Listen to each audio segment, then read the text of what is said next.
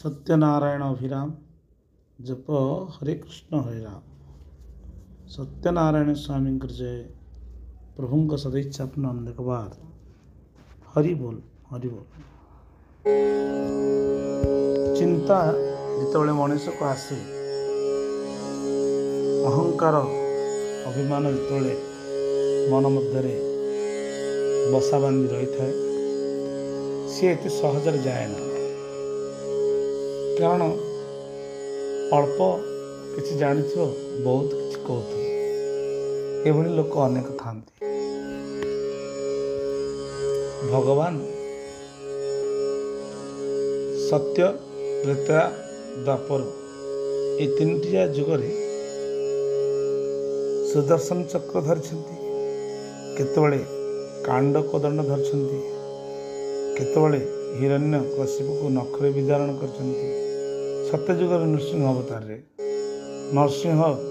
नरसिंह अवतार रे भगवान राक्षस राज हिरण्य कश्यप बध कले एवं हिरण्य कश्यप हिरण्याक्ष दुई भाई, ए दुई भाई को दुईटी अवतार, गोटे बराह गोटे नृसिंह। बराह रूप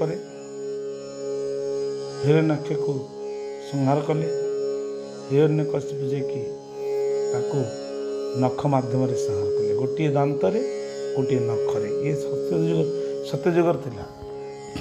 तृतीय युग आसला, कांड कोदंड धारण कर रावण को वध कले, कुंभकर्ण को वध कले एवं राम लक्ष्मण होकर आसिले। तो सत्ययुग त्रेता युग गला। द्वापर जुगरे चक्र सुदर्शन रे धारण करी शिशुपाल को बद्ध कले, दंत वक्र को बद्ध कले एवं दुर्योधन अभिमानी से भली राक्षस स्वरूप दुष्ट मान को पंच पांडवों के माध्यम ही भगवान ही बद्ध कले। जो गांधारी अभिशाप देले से भगवान श्रीकृष्ण कहले, माँ मत अभिशाप कौन दौच, सब जाक देखा गले मुझे मत मारी, मुझे मत उद्धार कर। तू मो वंश को ध्वंस कलु, गांधारी कही तू वंश तू ध्वंस लीला कर, समस्ते जदुवंश तोर ध्वंस हो। भगवान पाखे अभिशाप कौन काम करे, किसी नहीं, केवल जाना खेल। ये खेल को देखा गले आमे कहे साधारण मनुष्यर मुंडे कहे भगवान को माया मोहर पड़ी मु हंतसंत हो ना, भाव भूल। भगवान गोटे ठाकुर लिखी ए माया संसार तुम खेल घर, निर्माया गोविंद किंपा माया कर, कहे अभिराम सत्यनारायण तुम घर तुम्हें रख सत्यनारायण। तुम इच्छा तुम घर को रख कि न रख, उजाड़ तुम इच्छा। छोट पिला खेल खेलती बाली रे, जो संध्या बेला हम कि टाइम घरे माँ बापा डाकिले से बाली खेल रूप घर को भांगी दी दौड़ी आस घर को। सेमती परमात्मा खेल ये सृष्टि कर इच्छा हम या भांग मुहूर्त लगे भांगा, भांगी देकी पुणी मुहूर्त लगे गढ़ा। खेल भितर भक्त ही से खेल बोली भावे, अभक्त मोह मारे पड़ी दुख सुख भोगुची भावे। बस एति पार्थक्य। तो चिंता समुद्र मध्य संसार रहिले अनेक प्रकार संदेह मनुष्य करें। भगवान को जाना अति सहज नहीं। सी जदि जनइबे तांको जापर भक्त किए भाग्यवान व्यक्ति होकर माधुर्य लीला को जापर। ठाकुर लिखिं हिरण्य शिशुपालादि वैरानुबंधरे कंस भयर पशिला अभय पादरे, युधिष्ठिरादि जादवे संबंध वा स्नेह करी पाइले सर्वे।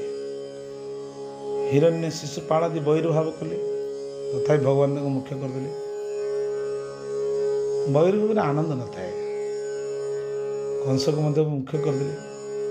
भगवान हाथ में मरले जेल मुक्ति हो बड़ कथा नहीं, किंतु प्रेम भाव केवल पाई गोपी गोपाल सखा भाव दास भाव ତ ହିରଣ୍ୟ ଶିଶୁପାଳ ଆଦି ବୈରାନବନ୍ଧରେ ସମ୍ବନ୍ଧ ସ୍ନେହ କରିଲେ ପାଇଲେ ସର୍ବ କିଏ ନା ଯୁଧିଷ୍ଠିର ଯାଦବ ବଂଶ ମାନେ। ତ ଭଗବାନଙ୍କୁ ପାଇବାର ସବୁ ପ୍ରକାର ତରିକା ଅଛି। ଯିଏ ଯେଉଁ ମାର୍ଗରେ ଯାଉଛି କେଉଁଟା ସହଜ କେଉଁଟା କଷ୍ଟ, କିନ୍ତୁ ଶେଷରେ ତାଙ୍କରି ଚରଣ ତଳେ ହିଁ ପ୍ରାପ୍ତ ହେବ। ସେ କୃପା କଲେ। ତ ଏ ମଧ୍ୟରେ କହିବାର ତାତ୍ପର୍ଯ୍ୟ, ନୂତନ ବର୍ଷରେ ଆମର ନୂତନ ନୂତନ କଥା ଶ୍ରବଣ କରିବା, ମନ ଭିତରେ ଥିବା ପୂର୍ବ ବର୍ଷମାନଙ୍କରେ ମାନ ଅଭିମାନ ଆମ ଭିତରୁ କଟିଯାଉ। ଠାକୁରଙ୍କ ଚରଣ ତଳେ ଏଇଆ ପ୍ରାର୍ଥନା କରି ନୂତନ ଗୋଟିଏ କଥାକୁ ଶ୍ରବଣ କରିବା। ଭାଇ ଶିବରାମ ରଥ, ଭକ୍ତ ଶିବରାମ ରଥ। ରାଧେଶ୍ୟାମ ବାବୁ ଲେଖିଛନ୍ତି, ତାଙ୍କୁ ଭାଇ ସମ୍ବୋଧନ କରିଛନ୍ତି, କିନ୍ତୁ ସେ ଠାକୁରଙ୍କର ଶରଣାଗତ ଭକ୍ତ ପରେ ହେଲେ ଶିବରାମ ରଥ। ଠାକୁରଙ୍କ ସାନ୍ନିଧ୍ୟ ଥରେ ମାତ୍ର ପାଇଛନ୍ତି ସତ୍ୟ, ବେଶୀ ପାଇନାହାନ୍ତି। ମାତ୍ର ଥରକରେ ସେ ବଦଳି ଯାଇଥିଲା ତାଙ୍କର ଅନ୍ତରର ଭାବ। କିପରି ବଦଳିଥିଲା ତାଙ୍କ କହିବା କଥା। ସେ ଉପଲବ୍ଧି କରିଥିଲେ ଠାକୁରଙ୍କର ସାନ୍ନିଧ୍ୟ କେଇ ମୁହୂର୍ତ୍ତ ତାଙ୍କ ପାଖରେ ରହି, ଏବଂ ଅନେକ ପ୍ରଶ୍ନ ମଧ୍ୟ ପଚାରିଥିଲେ। ଠାକୁର ସ୍ମିତ ହାସ୍ୟ କରି ସବୁ ଉତ୍ତର ଦେଇଥିଲେ ଏବଂ ଠାକୁରଙ୍କୁ ରଗାଇବା ପାଇଁ ବି ଚେଷ୍ଟା କରିଥିଲେ। ଠାକୁର ସେ କାହିଁକି ରାଗିବେ? ତାଙ୍କ ପାଖରେ କିଛି ନଥିଲା। ରାଗ, ଅଭିମାନ, ହିଂସା, ଦ୍ୱେଷ, କାମ ସବୁ ଜୀବ ପାଖରେ ଥାଏ। ପରବ୍ରହ୍ମ ପରମାତ୍ମାଙ୍କ ପାଖରେ ସେ କ'ଣ ରାଗିବେ? ଭକ୍ତ ତାକୁ ଯେମିତି ପଚାରନ୍ତି ଠାକୁର ମଧ୍ୟ ସେମିତି ଉତ୍ତର ଦିଅନ୍ତି। ପରଶମଣି ସ୍ପରଶରେ ଅତି ତୁଚ୍ଛ ବସ୍ତ୍ର ବହୁ ମୂଲ୍ୟବାନ ଓ ହୋଇ ରୂପାନ୍ତରିତ ହେଲା ପରି ଠାକୁରଙ୍କ ସାନ୍ନିଧ୍ୟ ଲାଭ କରି ଯେଉଁ ଅମୂଲ୍ୟ ବସ୍ତୁ ସେ ଲାଭ କରିଥିଲେ, ତାହା କେବଳ ଦାତା ଓ ଗ୍ରହୀତାଙ୍କ ଛଡ଼ା ଅନ୍ୟ କେହି ବୁଝିପାରିବେ ନାହିଁ। ସେ ଭକ୍ତ ହେବାକୁ କି ତାଙ୍କ ପଦାଶ୍ରିତ ହୋଇ ଆଶିଷ ଭିକ୍ଷା କରିବାକୁ ଯାଇଥିଲେ ବିଭିନ୍ନ ପ୍ରଶ୍ନ ପଚାରି ତାଙ୍କ ମୁହଁ ବନ୍ଦ କରିଦେବାକୁ। ସାଧାରଣ କଥାରେ କହିଲେ ତାଙ୍କୁ ହରାଇ ନିଜର ସବଜାନିତା ପଣିଆଟିର ଡିଣ୍ଡିମ ପିଟିବାକୁ। ମାତ୍ର ସୂର୍ଯ୍ୟଙ୍କ ଆଗରେ ସାଧାରଣ ଟର୍ଚ୍ଚ ଲାଇଟ୍ ବା କି କାମ କରେ? ସେ କହନ୍ତି, ମୁଁ ସେତେବେଳେ ଓକିଲାତି କରୁଥିଲି। ଶିବରାମ ରଥ କହନ୍ତି, ଆତ୍ମାଭିମାନ ଯଥେଷ୍ଟ ଥିଲା। ବିଶେଷ କରି ମଠ ବାଡ଼ି କରି ରହିଥିବା ବାବାଜୀ ସବୁ ଦାଣ୍ଡ ବୁଲା ଯେତେ ସନ୍ନ୍ୟାସୀ ଏମାନଙ୍କ ପ୍ରତି ଗୋଟାଏ ତୁଚ୍ଛ ମନୋଭାବ ଥିଲା। କୌଣସି ମତେ ଏମାନଙ୍କ ପ୍ରତି ମୋର ଦୟା, କ୍ଷମା, ଶ୍ରଦ୍ଧା, ସମ୍ମାନ କିଛି ନଥିଲା। ଭକ୍ତି ତ ଦୂରର କଥା, ତା ଛଡ଼ା ମୁଁ କମ୍ୟୁନିଷ୍ଟ ମତବାଦୀ ଥିଲି। ସାଧୁ, ସନ୍ନ୍ୟାସୀ, ଦିଅଁ ଦେବତା, ଠାକୁର ଏସବୁକୁ ତୁଚ୍ଛ ଭାବ ଆସିବାର ମୋର ସ୍ୱାଭାବିକ। ପାଠ ପଢ଼ାର ଅହଙ୍କାର, କ'ଣ କରିବି? ଯେମିତି ମନୋବୃତ୍ତି ଥିଲା। ଏ ମନୋବୃତ୍ତିରେ ଦିନେ କରମଳା ମଠ ସମ୍ପର୍କରେ ମୋର ଧାରଣା ମୋଟେ ନଥିଲା। ବନ୍ଧୁ ସୁଦର୍ଶନ ଷଡ଼ଙ୍ଗୀଙ୍କ ଠାରୁ ପ୍ରଥମ ଶୁଣିଲି ଅଭିରାମ ପରମହଂସ ଦେବଙ୍କର କଥା। ତାପରେ ମୋର ଆଉ କେତେକ ବନ୍ଧୁ ଯେମାନେ ଅତୀତରେ ନାସ୍ତିକ ଥିଲେ, ସେମାନଙ୍କ ମୁଖରୁ ଶୁଣିଛି ସେ ଠାକୁର ଅଭିରାମଙ୍କ ଅଲୌକିକ କାହାଣୀ। ସେମାନଙ୍କ ଉପରେ କରମଳାର ପ୍ରଭାବ ଏବଂ ଏମାନଙ୍କର ଏ ପ୍ରକାର ଭାବାନ୍ତର ଦେଖି ମୁଁ ଚିନ୍ତା କରିପାରିଲି ନାହିଁ କେଉଁ ଶକ୍ତି ନେଇ କରମଳା ବାବାଜୀ ଏମାନଙ୍କୁ ଭୁଲାଇ ରଖିଛନ୍ତି। ଦେଖିବା ଏଭଳି ମନ ଭିତରେ ମୋର ଆସୁଥାଏ। 1959 ମସିହା ଶୀତ ସରି ଆସୁଥାଏ। ଗୋଟାଏ ଦିନ ସ୍ଥିର କରି ବାହାରିଲି ମୁଁ, ସୁଦର୍ଶନ ବାବୁ ଓ ଆଉ ଜଣେ ଭଦ୍ରଲୋକ କରମଳାକୁ। ମୋର ଉଦ୍ଦେଶ୍ୟ ଜାଗାଟି ଦେଖିବା, ଲୋକଟା କେମିତି ପରୀକ୍ଷା କରିବା। ଭୂଷଣ୍ଡପୁର ବାଟେ ନାଁ ଯୋଗାଡ଼ କରି ଗଲୁ। ଆଶ୍ରମରେ ପହଞ୍ଚିଲା ବେଳକୁ ରାତି ଅଧ। ଶୀତ ବି ଖୁବ୍ ହେଉଥାଏ, କିନ୍ତୁ ଆନନ୍ଦ ଓ ବିସ୍ମୟର ବିଷୟ, ସେ ରାତି ଅଧରେ ମଧ୍ୟ ମଠରେ ବାବାଜୀମାନେ ଯଥାରୀତି ଚର୍ଚ୍ଚା କରିବାକୁ ପଛେଇ ନଥିଲେ। ରାତିଟା ବିଶ୍ରାମ ନେବା ପରେ ସକାଳୁ ପ୍ରସ୍ତୁତ ହୋଇ ବାହାରିଲୁ ଅଭିରାମ ବାବାଙ୍କୁ ଦେଖିବାକୁ। ଦୂରରୁ ଦେଖିଲି ତାଙ୍କୁ। ପୋଷାକ ପତ୍ର ବେଶ ପରିଚ୍ଛନ୍ନ, ବେକରେ ଫୁଲମାଳ, ହସ୍ତରେ ସ୍ୱର୍ଣ୍ଣ ମୁଦ୍ରିକା, ମୁଖରେ ବରାବର ହସ ଲାଗି ରହିଥାଏ। ଗୋଟାଏ ଚୌକି ଉପରେ ସେ ଆସୀନ। ଶିଷ୍ୟମାନେ ପ୍ରଣିପାତ କରୁଛନ୍ତି। କେହି ବା ଫୁଲ, ଚନ୍ଦନ, ଧୂପ, ଦୀପ ଦେଇ ତାଙ୍କୁ ଅର୍ଚ୍ଚନା ବନ୍ଦନ କରୁଛନ୍ତି। ସୁବାସରେ କୋଠରୀଟି ମହକି ପଡ଼ୁଛି। ତାଙ୍କରି ସ୍ତୁତି ଗାନରେ ସ୍ଥାନଟି ମୁଖରିତ। ଜଣେ ସନ୍ନ୍ୟାସୀ ଏପରି ଦେବତା ଭଳି ଆରାଧନା କରାଯାଏ, ମୁଁ ଦେଖିବା ସେ ପ୍ରଥମ। ଜଣେ ସନ୍ନ୍ୟାସୀ କି ଏପରି ଦେବତା ଭଳି ଆରାଧନା କରାଯାଏ, ମୁଁ ଦେଖିବା ସେହି ଦିନ ପ୍ରଥମ ଥିଲା। ମୋର ଧାରଣା ଥିଲା ଯେ ଜଣେ ପ୍ରକୃତ ସନ୍ନ୍ୟାସୀ ଖୁବ୍ ନିରାଡ଼ମ୍ବର ଭାବରେ ଜୀବନଯାପନ କରେ। ସେ ବିଷୟାସକ୍ତ ନୁହେଁ, ଭସ୍ମ ଜାଟାଜୁଟ ହୋଇ ସତତ ଧ୍ୟାନରତ ଥାଏ।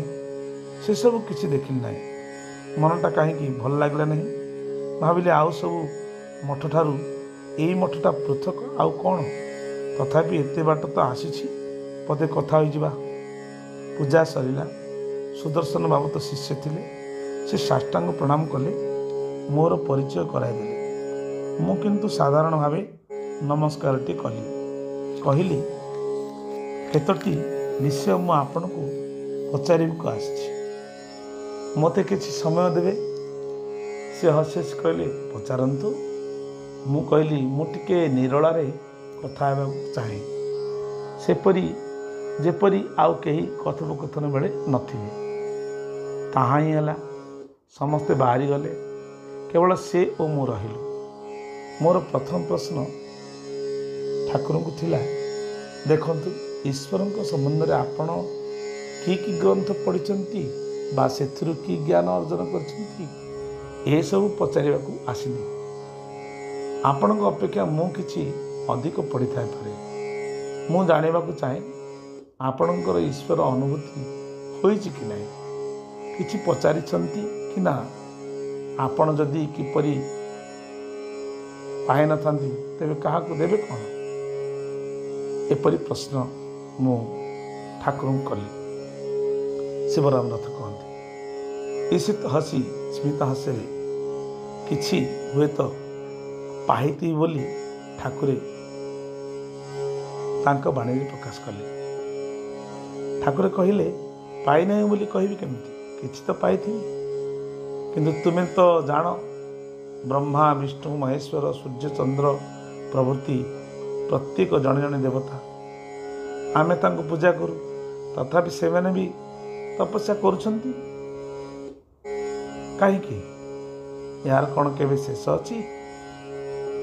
କିଛି ସମୟ ନୀରବ ହୋଇ ମୁଁ ପୁଣି ପ୍ରଶ୍ନ କଲି, ତେବେ ଈଶ୍ୱରଙ୍କୁ ପାଇବାକୁ ହେଲେ କ'ଣ ଆପଣଙ୍କ ପାଦରେ ଏପରି ଫୁଲ, ଚନ୍ଦନ, ଆଳତି ଦେଇ ପୂଜା କରିବାକୁ ପଡ଼ିବ?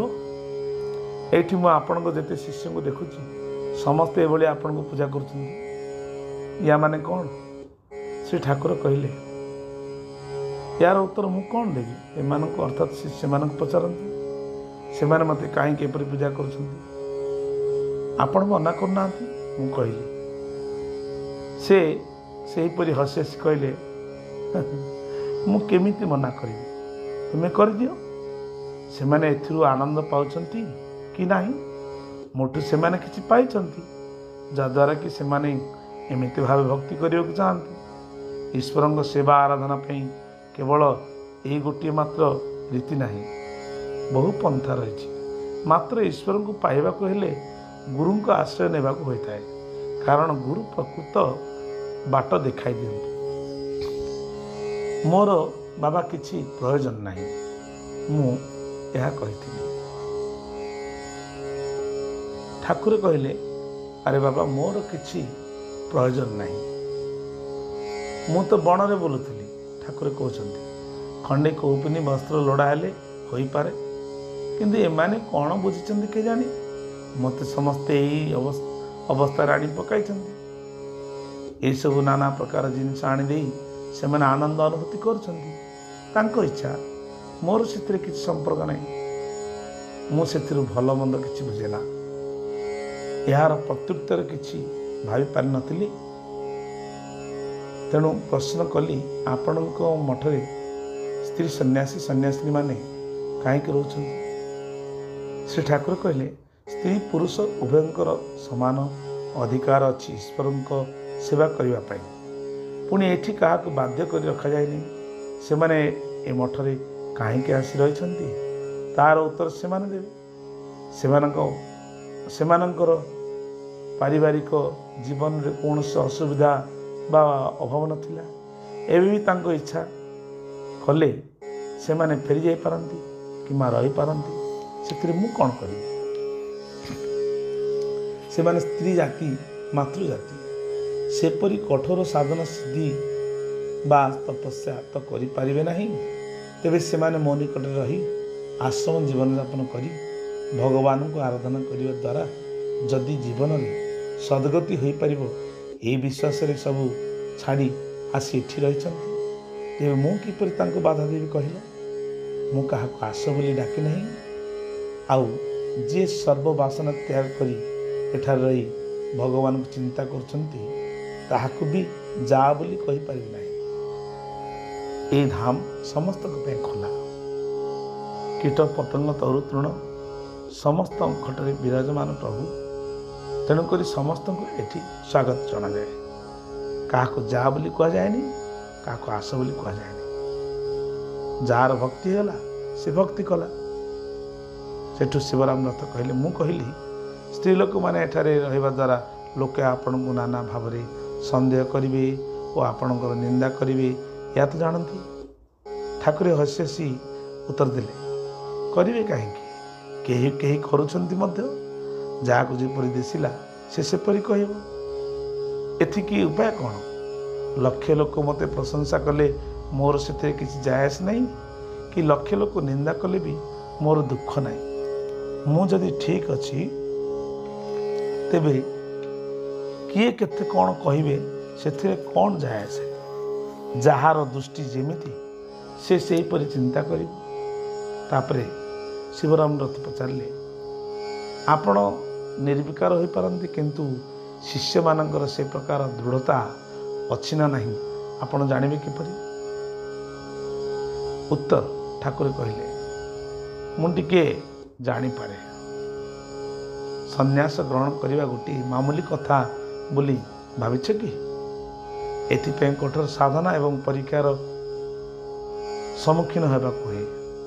ଏହା ପରେ ପରେ ମୁଁ ତାଙ୍କୁ ବହୁତ ପ୍ରଶ୍ନ କରିଛି। ଈଶ୍ୱର ଅନୁଭୂତି କିପରି ହୁଏ? ଗୁରୁ କରିବାର ଆବଶ୍ୟକ କ'ଣ?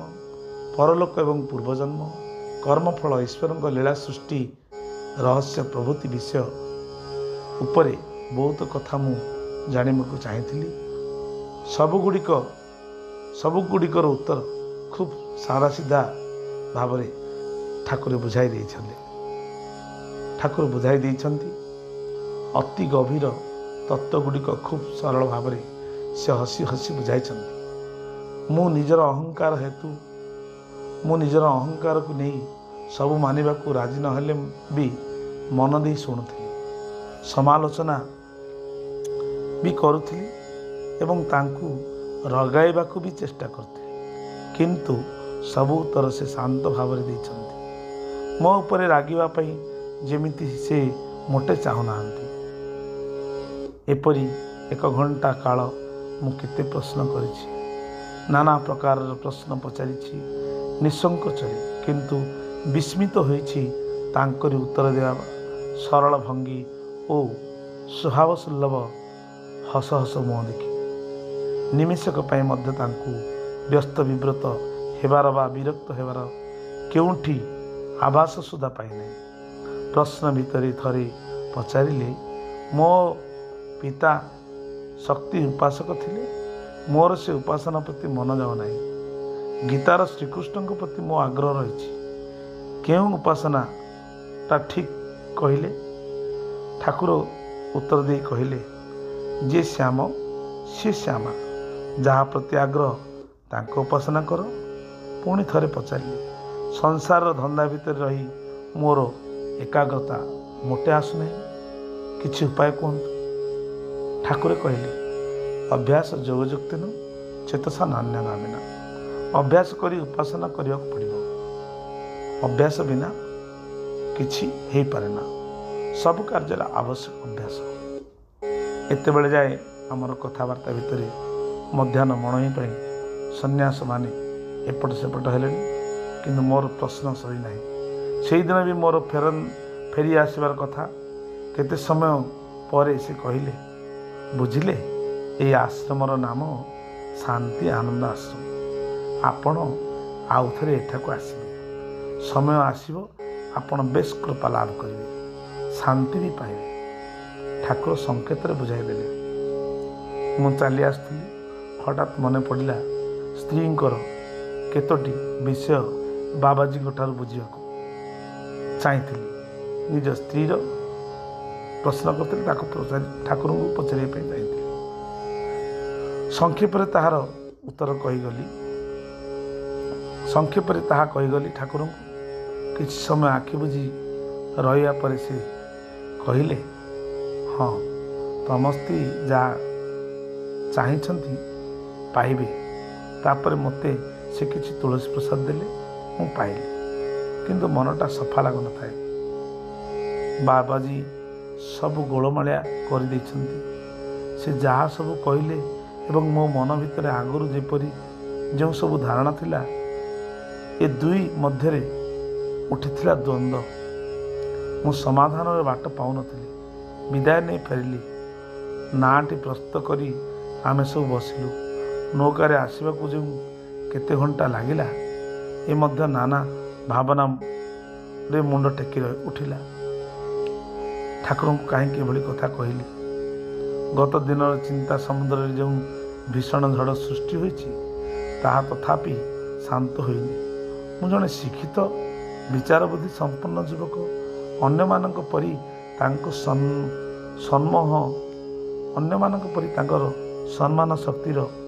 ସମ୍ମୋହ ଶକ୍ତିର ଶିକାର ହେବା କ'ଣ ମୋ ପକ୍ଷରେ ସମ୍ଭବ? ମୁଁ ତାଙ୍କୁ ନାନା ପ୍ରଶ୍ନ କରି ବିବ୍ରତ କରିଦେଇଛି। ଏକ ପକ୍ଷରେ ମନର ଅନ୍ତଃପୁରରେ ଏଭଳି ଏକ ଆତ୍ମଗମ୍ଭୀରତା ସ୍ରୋତ ଯେପରି ବହୁଥିଲା, ଅନ୍ୟ ପକ୍ଷରେ ଏପରି ଏକ ଚିନ୍ତା ସ୍ରୋତ, ସେ କେତେ ମହାନ। ନିହାତି ଦାମ୍ଭିକ ଭାବରେ ମୁଁ ତାଙ୍କୁ ଯେପରି ରୁକ୍ଷ ଭାବରେ ପ୍ରଶ୍ନ କରୁଥିଲି, କାହିଁ ଟିକିଏ ହେଲେ ବି ଅଶାନ୍ତି ବା ବିରକ୍ତି ସେ ତ ପ୍ରକାଶ କରିନାହାନ୍ତି। ବରଂ ସବୁବେଳେ ହସି ହସି ଅତି ସହଜ ସରଳ ଭଙ୍ଗୀରେ ପ୍ରତ୍ୟେକ ପ୍ରଶ୍ନର ଉତ୍ତର ଦେଇଛନ୍ତି। ମୁଖମଣ୍ଡଳରେ ସେ କି ପ୍ରଶାନ୍ତି, କି ନିର୍ବିକାର, କି ସୁନ୍ଦର ସମାଧାନ ଉତ୍ତର ମୁଁ ପ୍ରାପ୍ତ ହେଲି। ମୋ ପ୍ରଶ୍ନର ଉତ୍ତରକୁ ସୁନ୍ଦର ଭାବରେ ବୁଝାଇ ଦେଲେ। ମୁଁ ଏଭଳି ମହାତ୍ମାଙ୍କୁ ରୁକ୍ଷ ଭାବରେ ପ୍ରଶ୍ନ କରି ଠିକ୍ ହୋଇନି ଇତ୍ୟାଦି ମନ ମଧ୍ୟରେ ଜାଗରିତ ହେଉଥିଲା। ଏ ଉଭୟର ସଂଗ୍ରାମ ମଧ୍ୟରେ ମୁଁ ବାହାରେ ଅବିଚଳିତ ରହି କଥାବାର୍ତ୍ତା କରୁଥିଲେ ଅନ୍ତରରେ ଆଶ୍ୱସ୍ତି ଅନୁଭବ କରୁଥିଲି। ଅଶାନ୍ତ ସଂଶୟାପନ୍ନ ମନ ମଧ୍ୟରେ ତଥାପି ବେଳେବେଳେ ଜାଗି ଉଠିଥିଲା, ଏ ଅଭିରାମ କ'ଣ ପ୍ରକୃତରେ ଜଣେ ସର୍ବଶକ୍ତିମାନ ଅବତାର ପୁରୁଷ? ସମୟ ଆସିଲା। ସମୟ ମଧ୍ୟରେ ବହୁତ ଭାବନା ଆସିଲା। ଏଭଳି କାହିଁକି ମୁଁ ଠାକୁରଙ୍କୁ କହିଲି।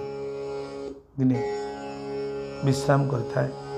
ଆଖିକୁ ଝଟ ନିଦ ଆସୁଥାଏ। ଅଧା ନିଦ ଅଧା ସ୍ୱପ୍ନରେ ବିଶ୍ରାମ କରିଥାଏ। ମୋ ଆଖି ଆଗରେ ଝଟେଇ ଗଲେ ଜଣେ ମହାନ ବ୍ୟକ୍ତି, ସନ୍ଥ ମହାତ୍ମା। ଦେଖିଲି ଠାକୁରଙ୍କର ଯେପରି ରୂପ। ସେ କହୁଥିଲେ, ଭକ୍ତ ଯଦି ସନ୍ଦେହ ନ କରେ, ଭକ୍ତର କ'ଣ ସନ୍ଦେହ ମିଟେ? ଶିବରାମ ବାବୁ, ତୁମେ ମୋର ଅନନ୍ୟ ଭକ୍ତ। ସ୍ୱପ୍ନ ଭାଙ୍ଗିଗଲା। ଦେଖିଲା ବେଳକୁ ଆଉ ନାହାନ୍ତି। ତା ପର ବର୍ଷ ଯିବି କ'ଣ? କିଛି ବର୍ଷ ବିତିଗଲା। 63 ମସିହା ବର୍ଷ ପର୍ଯ୍ୟନ୍ତ ଥରେ ଅଧେ ଯାଇଛି, ଆଉ ଯାଇପାରିଲି ନାହିଁ। ଶୁଣିଲି 63 ମସିହାରେ ଠାକୁର କାର୍ତ୍ତିକ ମାସରେ ନିଜର ପଞ୍ଚଭୂତ ଶରୀରକୁ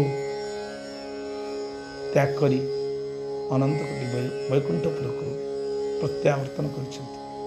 ମନରେ ଦୁଃଖ ଜାତ ହେଲା। ଓହୋ, ଠାକୁରଙ୍କ ସେହି ସମୟରେ କିଛି ଏ ସନ୍ଦେହ ମନରେ ଅନେକ ଭାବିଲି, କିନ୍ତୁ ଜାଣିପାରିଲା ନାହିଁ। ମନ ଦୁଃଖ ହେଲା। କିନ୍ତୁ ସତରେ ଠାକୁର ମୁଁ ରଗେଇବା ପାଇଁ ଚେଷ୍ଟା କଲି ବି ଆପଣ ରାଗିନାହାନ୍ତି। ରାଗିବା କିପରି?